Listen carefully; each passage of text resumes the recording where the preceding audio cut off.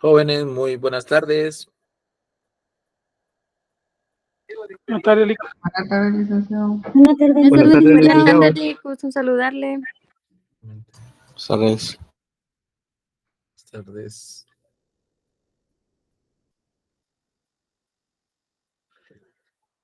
Muy bien, pues jóvenes. Hoy vamos a continuar. Nos queda todavía un elemento de la estructura internacional pendiente para que lo podamos describir. Entonces hoy vamos a continuar pues con esa dinámica y vamos a continuar de igual manera con el desarrollo del curso, ¿verdad? Hasta este momento hemos visto los siguientes elementos de la estructura internacional: la extensión espacial, 2, la diversificación estructural, 3, la estratificación jerárquica, 4, la polarización y 5, el grado de homogeneidad o heterogeneidad. ¿Estamos ahí? ¿Estamos bien? ¿Hasta ahí vamos? ¿Jóvenes? Sí, licenciado. Ok, perfecto. Entonces, hoy vamos a ver el último de los elementos, que es el grado de institucionalización. ¿Sí? El grado de institucionalización. Y vamos a tratar de entender, pues, a qué se refiere el grado de institucionalización hablando del derecho internacional, ¿sí? Cuando hablamos de institucionalización, evidentemente estamos hablando sobre el desarrollo de las diversas instituciones dentro del derecho internacional como sujetos de derechos, ¿verdad? Como sujetos de una organización internacional que la cual, pues, tiene cierto grado de desarrollo, que tiene cierto grado de evolución, llamémoslo de esa manera, y de progreso desde un punto de vista legal, desde un punto de vista normativo, ¿verdad?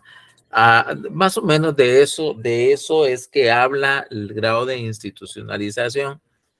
Y para tener una idea concreta, una idea conceptual más específica, les voy a dejar esta descripción o esta definición. Por favor, tomen nota. Cuando hablamos de el grado de institucionalización, se indica que el grado de institucionalización de una sociedad internacional está formado por el conjunto de órganos, normas o valores que, con independencia de su carácter expreso o tácito, son aceptados y respetados por la generalidad de los actores internacionales de una misma subestructura, permitiendo de este modo la configuración y el mantenimiento de un cierto orden internacional. Una vez más, les voy a reiterar la definición. El grado de institucionalización de una sociedad internacional está formado por el conjunto de órganos, normas o valores que, con independencia de su carácter expreso o tácito, son aceptados y respetados por la generalidad de los actores internacionales de una misma subestructura, permitiendo de este modo la configuración y el mantenimiento de un cierto orden internacional. Hasta ahí la cita, hasta ahí la definición que vamos a manejar, ¿sí? Solo denme chancecito, creo que hay compañeros acá. Ok. Pues este concepto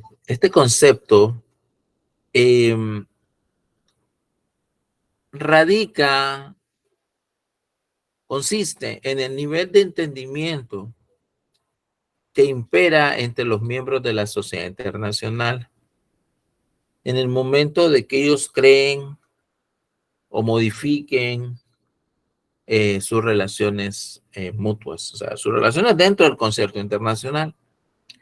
En la medida en que la sociedad internacional se organiza en torno a sus estructuras, ¿qué tipo de estructura? Hasta este momento, ¿qué tipo de estructuras hemos visto?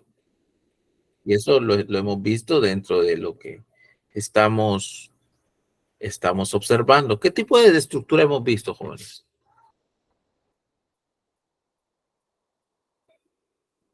Jóvenes.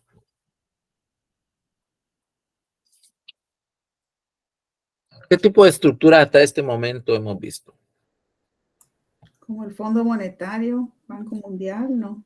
No, no hemos visto. No. Estoy hablando de las estructuras que hemos visto hasta este momento. Está la diversificación estructural. No, esos son los alimentos, ¿verdad? Ajá. ¿Qué más? La jerárquica, Luis. Exactamente, tenemos una subestructura económica, hay una cultural, o sea, ahí estamos. Hay diversas subestructuras, diversas clasificaciones en cuanto a los elementos en los cuales estamos formados como sociedad internacional. Es a ese tipo de estructuras que hace alusión precisamente este último concepto o esta última categoría del derecho internacional como elemento, ya que en la medida en que haya una homogeneidad o heterogeneidad, ¿sí? Se van creando instituciones, por eso habla del grado de institucionalización, porque se crean instituciones, ¿sí? Se crean instituciones para normar, para servir de enlace entre los distintos estados, entre los distintos sujetos de derecho, y en algún momento estas instituciones, ya sean instituciones morales o instituciones ideológicas o instituciones funcionales como tal, es en ese momento que sirven de enlace. Miren pues, tenemos instituciones internacionales, pero también hay instituciones de enlace. ¿Quién de ustedes se atreve a indicarme a nivel local, llamémoslo, a nivel regional, de una institución de enlace?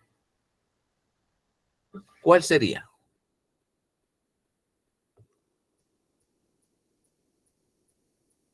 Bueno, a nivel nacional sí, obvio, a nivel nacional, pero hablo a nivel regional. Está bien, a nivel nacional, el Ministerio de Relaciones Exteriores, derivado de que es él, ¿verdad? El ente que es dirigido, la política exterior, según la Constitución Política de la República de Guatemala, es dirigida por el presidente de la República. Por eso, si ustedes se recuerdan, cuando se dio el tema de la CICIG y todo el barullo, ya hace algunos años, pues se decía que el presidente en ese momento se había extralimitado, pero realmente no.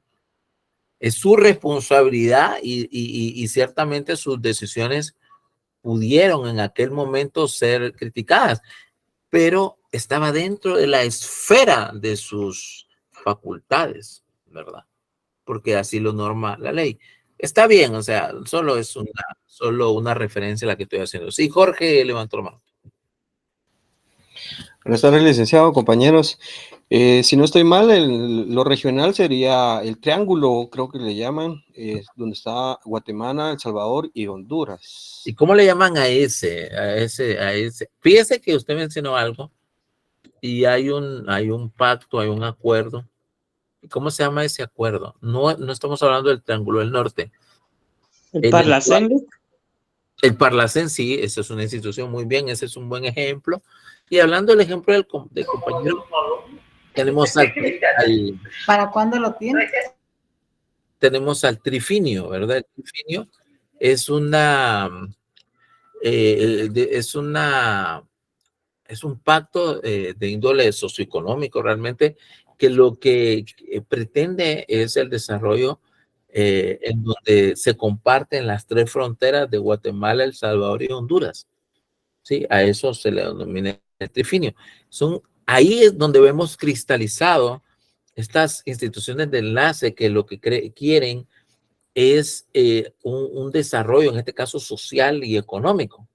Y aquí hay un grado de homogeneidad dentro de los tres países, de las tres regiones, en donde ese grado de homogeneidad permite crear estas instituciones que cristalizan ideologías y cristalizan valores y cristalizan ideales.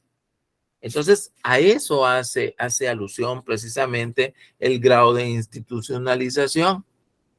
Y obviamente ese es solamente uno. Existen una cantidad grande de instituciones, ¿verdad? Las cuales tienen precisamente ese devenir, esa manera o esa forma de existir y esa razón, ese principio teleológico, ¿verdad? En el cual ellos existen y pretenden existir, sin el cual evidentemente no vinieran a existir. Las instituciones internacionales, oigan bien, las instituciones internacionales pueden surgir del interés y la voluntad de ciertos actores internacionales que gozan de apreciable poder y que se configuran como polos directivos de las relaciones internacionales, porque hay un sinfín de instituciones. Por ejemplo, el trifinio existe por la voluntad política, en primer lugar, y una necesidad económico-social de los tres actores involucrados: Honduras, El Salvador y Guatemala. Eso tiene ya muchísimos años de existir. Pero ese es solamente un ejemplo. Existen otros, por ejemplo, la OTAN es una institución. El Parlamento Europeo es otra institución. El Parlamento Centroamericano es una institución. Y así podemos ir enumerando una cantidad de organismos internacionales, organizaciones internacionales, instituciones internacionales, las cuales tienen su existencia en base al interés y la voluntad. Pero a veces, como lo acabamos de decir, donde gozan de poder, donde gozan de cierta jerarquía internacional para establecer cierta hegemonía, porque también ahí sí tenemos que verlo. Y ahí sí podemos adelantarnos y ver instituciones como la que mencionó la compañera en la primera intervención: el Banco Mundial, el Fondo Monetario Internacional, ¿por qué no mencionarlo? Más allá de como querramos verlo nosotros, evidentemente no son entidades benefactoras, son entidades con un lucro, son entidades que persiguen un beneficio institucional, y en donde el desarrollo de los pueblos como tal, aunque en esencia ese debería ser, pues en la práctica sí es un tanto difícil poder aceptar que en verdad sea esa su razón de existencia. Entonces hay un sinfín, ¿verdad?, de instituciones que pueden aparecer. También esto puede ser un resultante, o sea, un resultado de la homogeneidad imperante entre los miembros de una subestructura, y eso es lo que estamos hablando. El trifinio es una expresión, es un ejemplo de eso. Es frecuente que cuando los elementos fundamentales internos son idénticos, terminen proyectándose en sus actuaciones y relaciones exteriores. Yo recuerdo hace muchos años, lo recuerdo porque yo desde muy joven, desde muy chico, fui un asiduo de la lectura. Pero, por ejemplo, o en los años 60, si no estoy mal, los 70, creo que los 60, Europa estaba fraccionada ideológicamente, estaba fraccionada militarmente en dos. Les hablaba de la cortina de hierro hace algunas sesiones. Y en ese contexto sí se fueron creando alianzas. Y las alianzas son una manifestación de la homogeneidad comúnmente de una subestructura. Y en este caso, yo me recuerdo cuando pues, yo leía en los libros el Benelux. El Benelux no es un país, no es un estado, pero fue una alianza formada, institucional,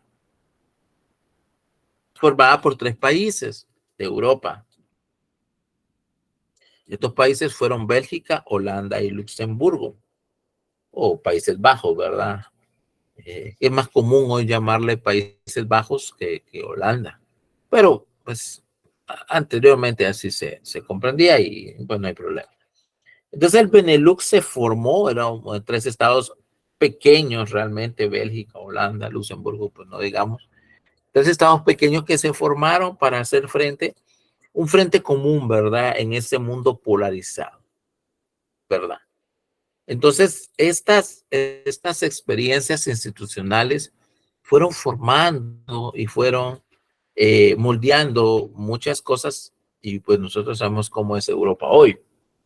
Es una Europa muy diferente a la de la Guerra Fría, con sus propios inconvenientes. No quiere decir que los europeos no tengan problemas. Miremos lo que pasa en Francia, en Portugal, en España, en Grecia, pues en el Reino Unido.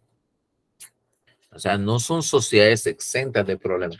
Y es precisamente esa dinámica social la que hace que se vayan creando instituciones a raíz de esas mismas necesidades, ¿verdad? Que se van presentando, ¿verdad?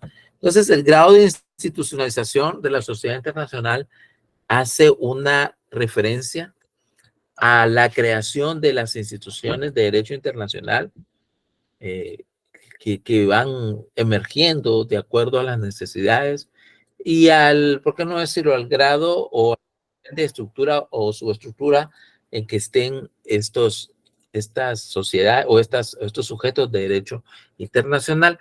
Se crean, así como les he dicho, de diversa naturaleza y se seguirán creando, ¿verdad? Se seguirán creando porque hay que comprender que después de todo el ser humano es una persona social, es un ser eminentemente social, el cual no puede desarrollarse plenamente en aislamiento.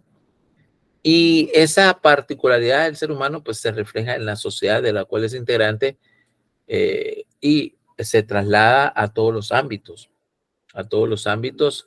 de la persona, a todos los ámbitos de los sujetos. Ya no hablemos del sujeto desde un punto de vista individual como ser humano, sino como sociedad, ¿verdad? Entonces, así a manera de resumen, entonces ya finalizamos esta parte en cuanto a los elementos de la estructura internacional. Ojo, el examen va a traer pues contenido de y si tienen alguna pregunta, pues háganmelo ahorita para que pues ustedes no se queden con dudas. Si hay alguna duda, mejor exprésenla, manifiéstenla y no el día del examen, pues el día del examen la respuesta no se la voy a poder. ¿Está claro ahí? Claro, Lick, solo recuerdo que en alguna ocasión dijo que nos iba a proporcionar algún material. Así es. Les voy a presentar unas diapositivas. Así es. Gracias, Lick. Ok, perfecto. ¿Vamos? Bueno, si no hay preguntas, vamos a continuar. Ahora, vamos a ver, habiendo visto eso, repito, los elementos de la estructura internacional, una clasificación, por supuesto, hay otras clasificaciones, yo solo le estoy dando una y lo voy a repetir por última vez, es la extensión espacial. 2, la diversificación estructural. 3, la estratificación jerárquica. 4, la polarización. 5, el grado de homogeneidad o heterogeneidad. Y 6, el grado de institucionalización. Bueno. Ahora, hablemos del objeto. Hablemos de la razón de ser de la sociedad internacional. O sea, ya dijimos que la sociedad internacional está conformada por pues todos los sujetos de derecho internacional. Y yo les pregunto a ustedes, ¿cuáles son los sujetos de derecho internacional? Jóvenes.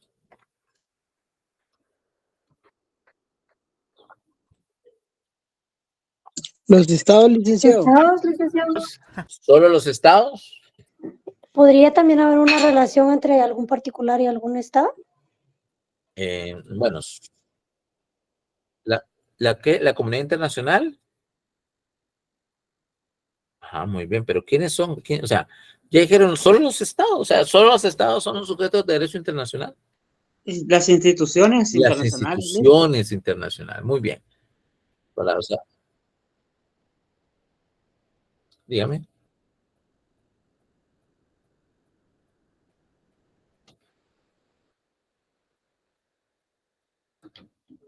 Sí, exacto.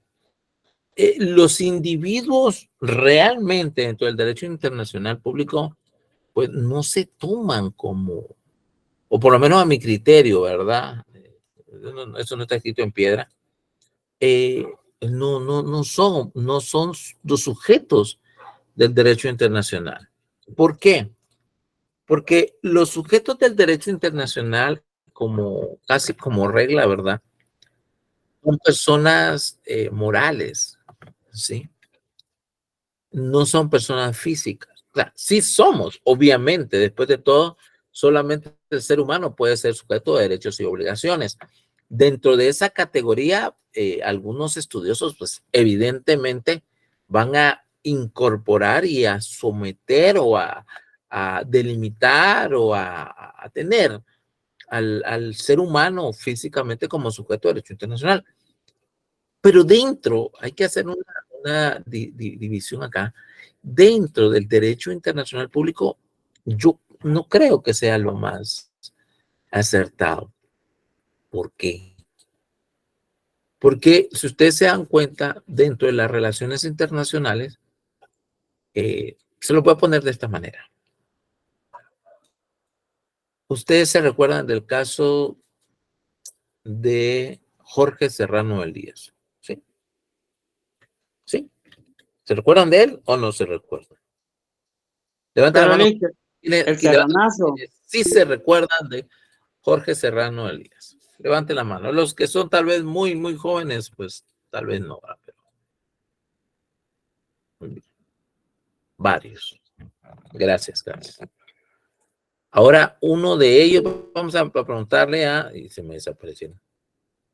Mejor levanten la mano otra vez porque se me desaparecieron los que habían levantado. Ok, Daniel. Solo permítanme.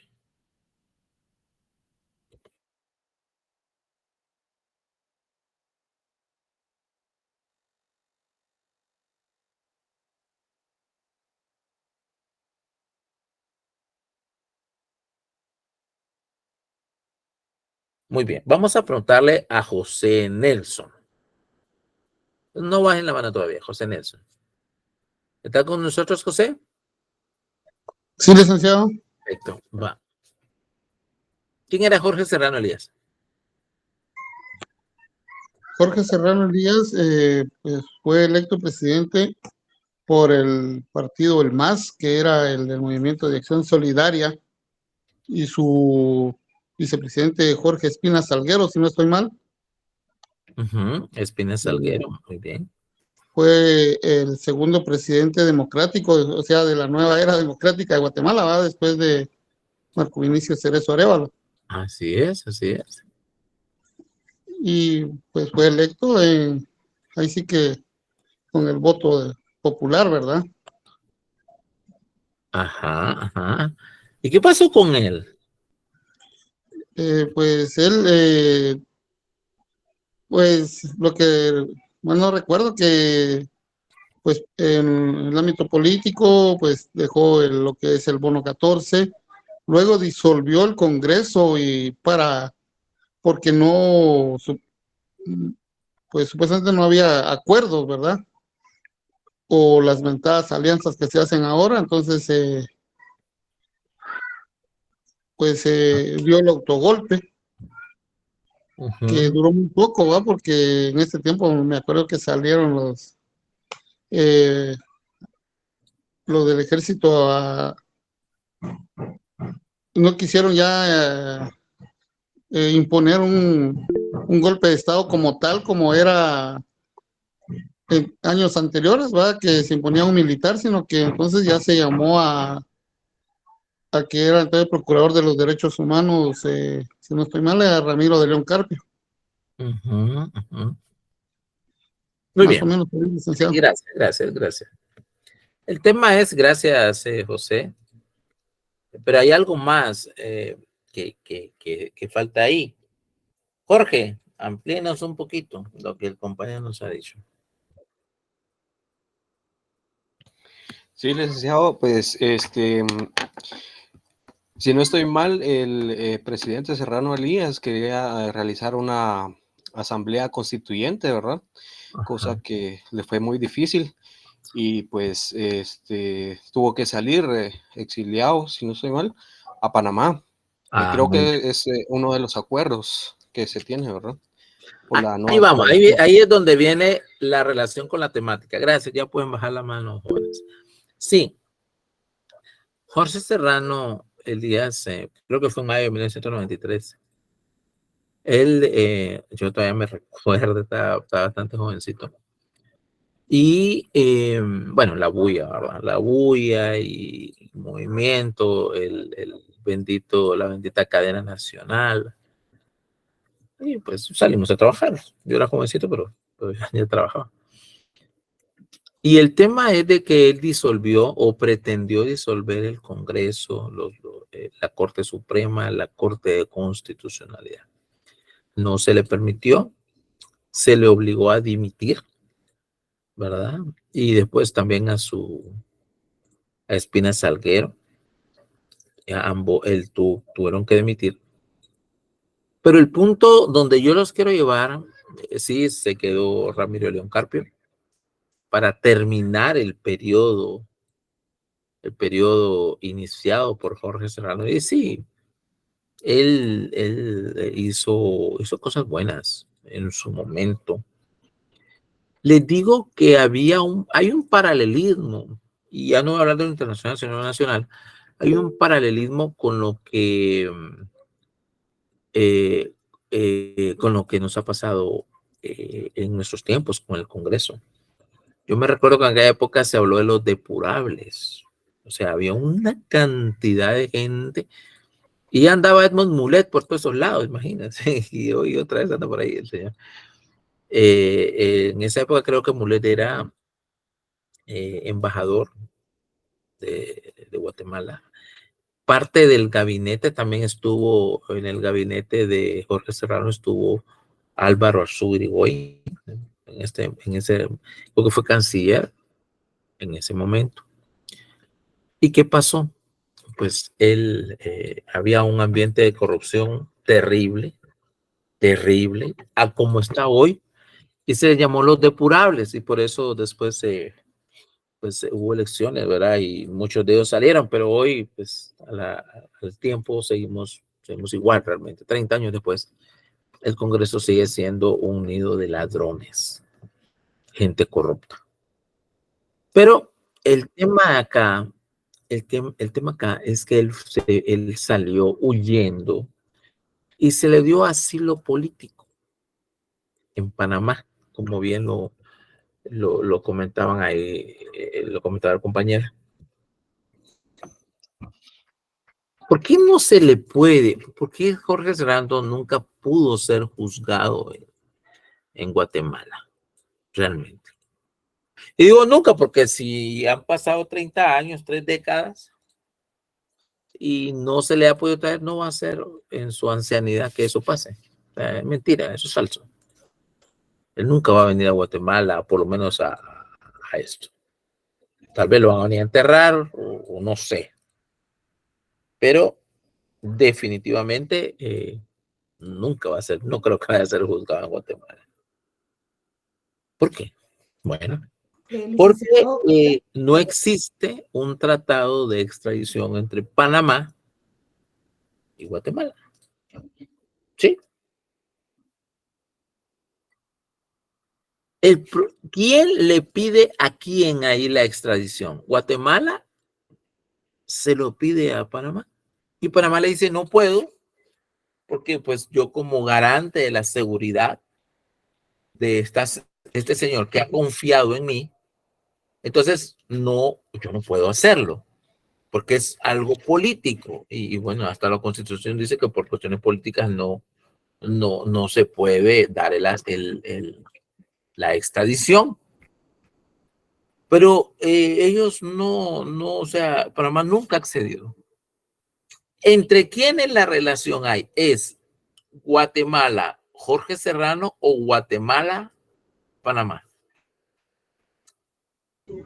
Guatemala. Entre estados, sí, Guatemala. Ahí está el punto. Ya ven, se dan cuenta de la diferencia. O sea, ¿qué tenía que ver Panamá con el serranazo? Realmente nada. No tenía nada que ver. Pero cuando uno sale del país, cuando se dan las relaciones internacionales, realmente la relación, sí, el objeto de esa relación es el individuo, pero quienes toman las decisiones son los estados, son las instituciones. Lo mismo pasa cuando cuando hay quejas, cuando hay situaciones que van a la Comisión Interamericana de Derechos Humanos. Yo no puedo ir directamente a la corte y decir, mire, fíjese que en Guatemala no hay justicia, me violaron mis derechos, porque no. Primero yo tengo que asistir, tengo que dirigirme a una comisión, la Comisión Interamericana de Derechos Humanos. La Comisión Interamericana de Derechos Humanos, bajo su procedimiento, estudia, analiza, investiga, o sea, hace toda un procedimiento bastante complicado para analizar el caso. Hasta después, cuando este filtro decide que sí, el caso tiene posibilidades en donde el Estado demandado podría tener cierta responsabilidad, es que entonces viene y permite que se querelle, ya sea la persona o el Estado, pero en este caso estamos hablando de la persona humana, la persona física. ¿Sí? Cuando esto se da, entonces el derecho internacional permite que la persona pueda demandar al Estado, pero luego de todo un proceso institucional. Aquí en Guatemala, si nosotros vamos al juzgado, simplemente, imagínense, para decirle algo, medidas de seguridad. Las medidas de seguridad, ustedes saben que llega en el caso de violencia intrafamiliar o violencia contra la mujer, es más terrible. Usted llega a la mujer y dice, mire, mi marido me pegó. Inmediatamente, sí, medidas de seguridad. Y después viene el marido y dice, no, pues yo no le pegué. Y a él no le van a creer. ¿Sí? Y probablemente haya una investigación que se llama delito bajo la figura del delito de violencia contra la mujer en el ámbito privado. Violencia física en el ámbito, así se le denomina comúnmente cuando hay golpes. Y ahí se va. Y mire, eso no se lo va a quitar el hombre. No se lo va a quitar. Por la simple. Ahora bien, evidentemente esto tiene una razón de ser, una razón histórica, una razón cultural, una razón coyuntural. Pero ¿qué pasa si a esa mujer realmente la asaltaron y cuando llegó, pues se peleó con el marido y dice que van a vengar de él por alguna razón, una infidelidad o qué sé yo, imagínense. Aquí sí podemos nosotros enderezarnos, podemos nosotros entre nosotros. Por eso me gusta usar la comparación, la analogía entre la sociedad nacional, entre personas y la sociedad internacional. Mientras aquí entre personas litigamos, contra personas litigamos a través de instituciones, allá afuera, más allá de nuestras fronteras, cuando son problemas institucionales, de fronteras problemas de laudos, problemas de intervencionismo, problemas de incumplimiento de acuerdos, esos se van entre los estados a dirimir en instituciones. Por eso está la Corte Interamericana de Derechos Humanos, la Corte Centroamericana de Justicia. No sé si ustedes sabían, pero existe una Corte Centroamericana de Justicia. Existe la Corte Internacional de Justicia de la Haya, está la Corte Penal Internacional. O sea, hay una serie de instituciones las cuales tienen como fin, pues, impartir justicia, llamémoslo. Pero todo esto para llegar a algo. Y ahí sí que es el punto culminante de toda esta preparación. Y vamos a hablar del objeto. Entonces, ¿para qué existe la sociedad internacional y sus instituciones? Anoten por ahí, los que están anotando. El objeto de la comunidad internacional es pretender, oigan bien, pretender. Es una pretensión, es un fin, es algo que uno quiere. Recordemos que la pretensión es una institución procesal. Algunos lo ven como una cuestión sustantiva, y sí, como petición, como un derecho. Además, la pretensión también es un derecho. Pero hablemos entendiéndolo como un ideal también. Es lo que pretendemos. La sociedad existe como para pretender la realización solidaria, oigan bien, la realización solidaria de un orden público internacional en virtud del reconocimiento en su seno de normas de derecho imperativo. ¿Sí?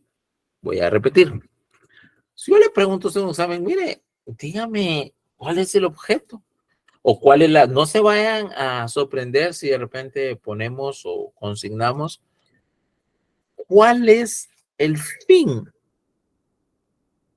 cuál es el propósito de la comunidad internacional. Usted me tiene que responder más o menos, si no literalmente, pero sí, la idea. Pretender la realización solidaria de un orden público internacional en virtud del reconocimiento en su seno de normas de derecho imperativo. Repito, ahora sí, literalmente voy a repetir para que tengan la idea. Pretender la realización solidaria de un orden público internacional en virtud del reconocimiento en su seno de normas de derecho imperativo.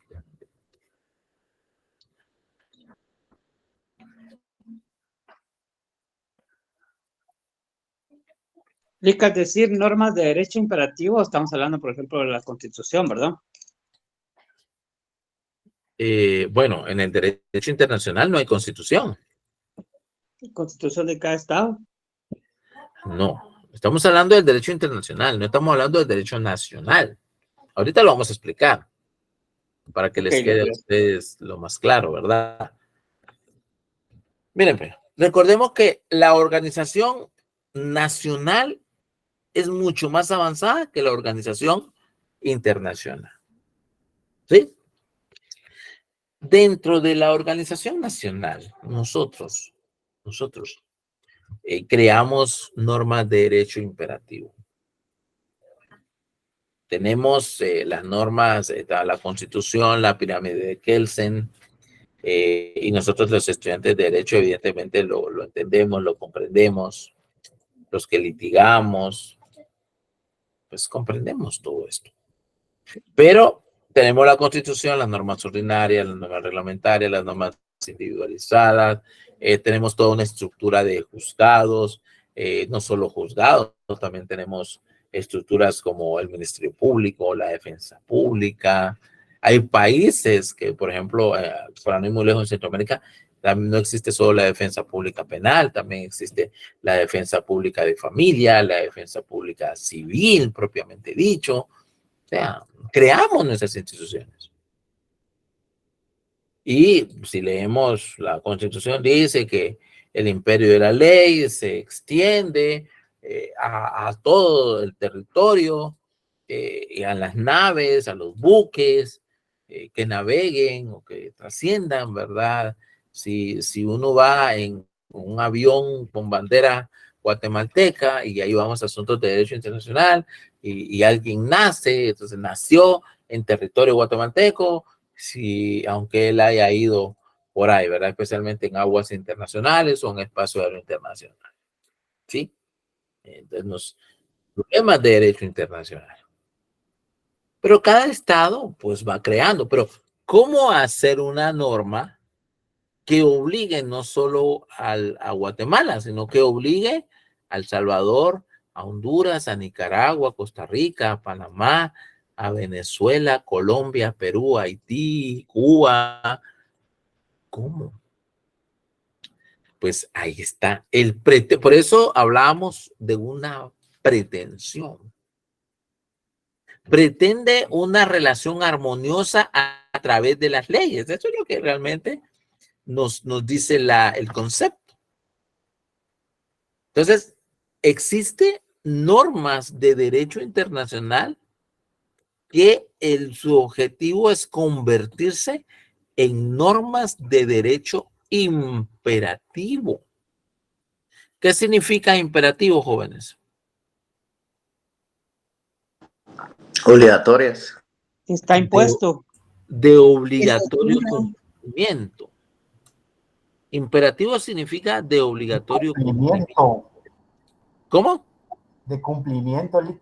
De cumplimiento obligatorio. O sea, hablemos del derecho interno. Una sentencia dice, señala, establece o fija una pensión alimenticia de 1,000 quetzales a favor de un niño. Y dice en la sentencia que se abre una cuenta en la tesorería del organismo judicial a nombre del niño, lo apertura o a nombre de de la madre del niño, si fuera el caso, y le tienen que depositar los primeros 5 días de cada mes. Ustedes saben que esa es una norma individualizada, ¿verdad? Entonces, esa sentencia que le obliga a Rafael Silva, por ejemplo, en mi caso, voy a hablar de mi nombre para pues, no ofender a nadie, ¿verdad? Rafael Silva está obligado a hacerlo. Esto, ¿qué pasa si Rafael Silva no lo cumple? Estudiantes de último año, ustedes ya están afuera. ¿Qué pasa si Rafael Silva no cumple con el pago de esa pensión? Puede ir a la cárcel. Ajá. Puede ir a la cárcel, por supuesto que sí. Existe un delito que se llama negación de asistencia económica. Viene la mamá, viene la representante legal del niño, demanda a Rafael Silva por el pago. Ahorita hay un proceso de una persona que del año 2000, ¿qué? 2000, le fijaron pensión en el 2001, 2002. Le fijaron 600 quetzales a favor de la esposa y nunca pagó. Y pues ahora la señora lo demandó. Yo soy el abogado de la señora. Y él debe 150,000 quetzales más o menos. Y el otro colega pues interpuso excepción de esto, excepción de aquello, pero la verdad no. Ahora, ¿qué pasó? Como él no pagó, se le certificó lo conducente. Tenemos audiencia el otro mes, si no estoy mal. Porque la sentencia es de obligatorio cumplimiento. Y si él no la cumple, ¿qué pasa? Hay una consecuencia jurídica. A esa consecuencia jurídica es que apunta la norma imperativa. La norma imperativa, para que pueda ser de obligatorio cumplimiento, debe tener una condena a su incumplimiento. Debe de ser una norma con carácter de coercibilidad. A eso apunta el derecho internacional. A que, por ejemplo, si Guatemala o Belice o qué, Honduras o qué sé yo, cualquier sujeto de derecho internacional venga, ¿sí?, e incumple con un pacto, con una norma que ha sido reconocida y aceptada de forma voluntaria por este Estado, pues evidentemente va a haber una consecuencia. Evidentemente va a haber una pena, una sanción. Y ustedes en derecho internacional van a ver mucho o se ve mucho el concepto de sanción. Bueno, viene Europa, el Parlamento Europeo, viene la Unión Europea y sanciona a Rusia por la invasión a Ucrania, por ejemplo. Dentro de las sanciones, bueno, ya pueden ser embargos, congelar activos, congelar ciertos contratos, qué sé yo. La palabra sanción. Para que entonces puedan ser normas imperativas, debe de haber una sanción, la cual deviene del incumplimiento de aquellas normas que fueron aceptadas de forma voluntaria por este Estado. ¿Cuál es el objeto entonces? Bueno, hemos hecho énfasis a la norma, pero realmente la norma lo que busca tal vez no es tanto el asunto de coercibilidad, sino que lo que realmente busca la norma es una realización solidaria. Es decir, que nosotros así como la solidaridad entre los seres humanos es un valor, es una norma moral, llamémoslo de esa manera, porque no existe la obligación de solidaridad, aunque la ley penal sí establece en algunos casos muy específicos el deber de solidaridad, aunque no le llama de esa manera. Pero sí existe. Pero a un nivel, digamos, humano, pues nadie está obligado, pero lo atendemos en razón de la moral, en la razón de la ética, en la razón de la humanidad que todos poseemos. Entonces, ¿para qué existe o para qué se organiza la comunidad internacional? Se organiza para que los diferentes sujetos del derecho internacional puedan realizarse o puedan alcanzar un desarrollo a través de la solidaridad en base a un cuerpo o a cuerpos jurídicos, a cuerpos de derecho, que los cuales todos respetemos. Y entonces, como decía Benito Juárez, el mexicano, el respeto al derecho ajeno en la paz. ¿Se acuerdan de esa frase? Entonces, en base a esto, pero ese derecho ajeno está contemplado en leyes, está contemplado en instrumentos jurídicos, en instrumentos de derecho. Es por eso que la ley, que la norma es necesaria para poder, y todo eso ha venido evolucionando, pues han tenido que acontecer pues muchas cosas dentro de la sociedad internacional para poder llegar a ese grado de entendimiento y, por qué no decirlo, de necesidad. ¿Sí? De necesidad para que la comunidad internacional pueda coexistir. Esa es otra palabra muy de derecho internacional público, la coexistencia pacífica. El llamado que se le hace a Israel, que se hace a Palestina, se le hace a la India, Pakistán, a Corea del Norte, Corea del Sur, es la coexistencia. Que podamos coexistir, que podamos vivir de forma pacífica a pesar de nuestras diferencias. ¿Sí? ¿Está claro, jóvenes? ¿Está claro, Rick? Ok. ¿Alguna pregunta? ¿No hay ninguna pregunta? Bueno, si no hay jóvenes, vamos a llegar hasta aquí, ¿verdad?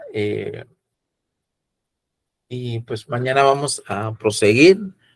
Estoy preparando un laboratorio para ustedes por ahí. Creo que tal vez mañana nos vamos a dedicar a un laboratorio, pero todavía no estoy seguro. Bueno, en todo caso, ya vimos también lo que es el objeto o el fin de la comunidad internacional y vamos a proseguir con eso. Y prepárense, ¿verdad? Para el primer parcial, creo que es el día 29, ¿verdad? Si no estoy mal, quiere decir que solo tenemos, bueno, mañana y 2 clases más, 24 y 25. Entonces yo, obviamente antes del examen les voy a, o días previos les voy a hacer llegar el material para que ustedes lo puedan estudiar, más si hacemos laboratorio, pues más lo que vemos en laboratorio. ¿Estamos jóvenes? Estamos listos, muchas gracias. Okay. Gracias, licenciado. Una feliz noche y nos vemos el día de mañana. Gracias, Rick. Hasta mañana. Tarde. Feliz noche.